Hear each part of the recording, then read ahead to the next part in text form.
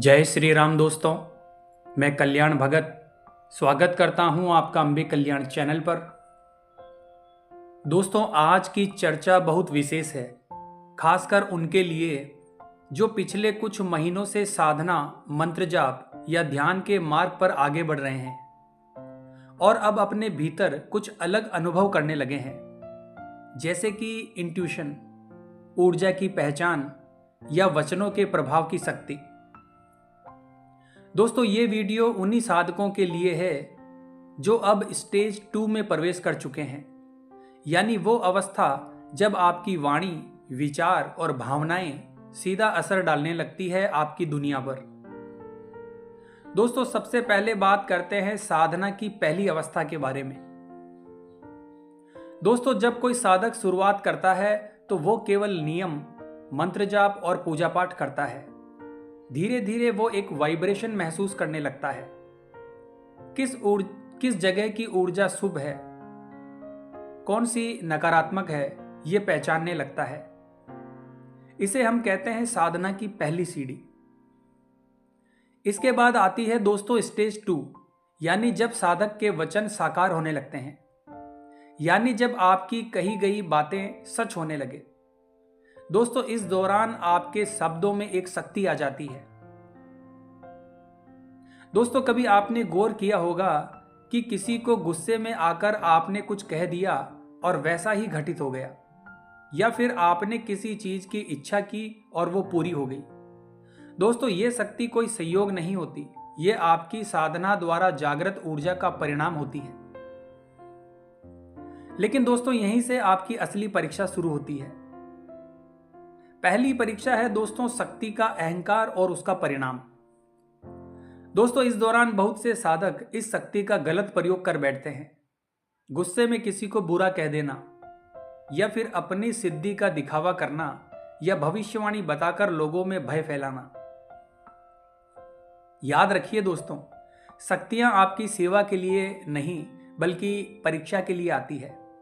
अगर आप इन्हें दूसरों के नुकसान में लगाते हैं तो धीरे धीरे वही शक्तियां आपसे दूर चली जाती है, और जब ऊर्जा पलटती है तो वही शक्ति व्यक्ति को भीतर से कमजोर कर देती है और व्यक्ति के भीतर डर, बेचैनी, चिंता और असंतुलन आने लगता है।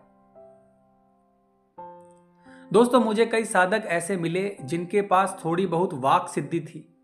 वो जो कहते थे वो सच हो जाता था, पर जब उन्होंने गुस्से में किसी को श्राप जैसा कोई शब्द कह दिया तो बाद में उसका परिणाम उन्हें खुद भुगतना पड़ा। क्योंकि ब्रह्मांड की ऊर्जा न्यायप्रिय होती है, वो किसी का अहंकार नहीं सहती।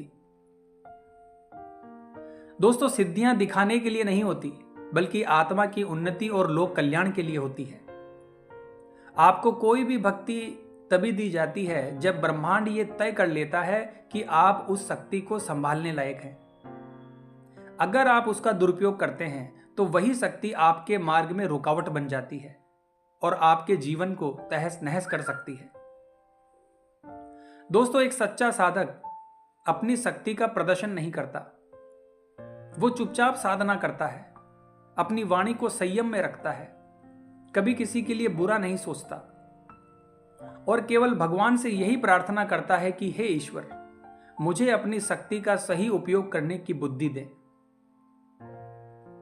दोस्तों, अगर आपको महसूस हो रहा है कि आपके भीतर कोई इंट्यूशन या वाक सिद्धि जैसी अनुभूति हो रही है, तो उस पर गर्व नहीं बल्कि संयम रखिए।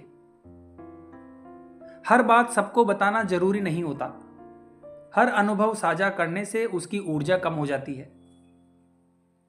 तो दोस्तों, अगर आप साधक हैं और साधना के मार्ग पर आगे बढ़ रहे हैं तो अपनी शक्ति को संभाल कर रखिए।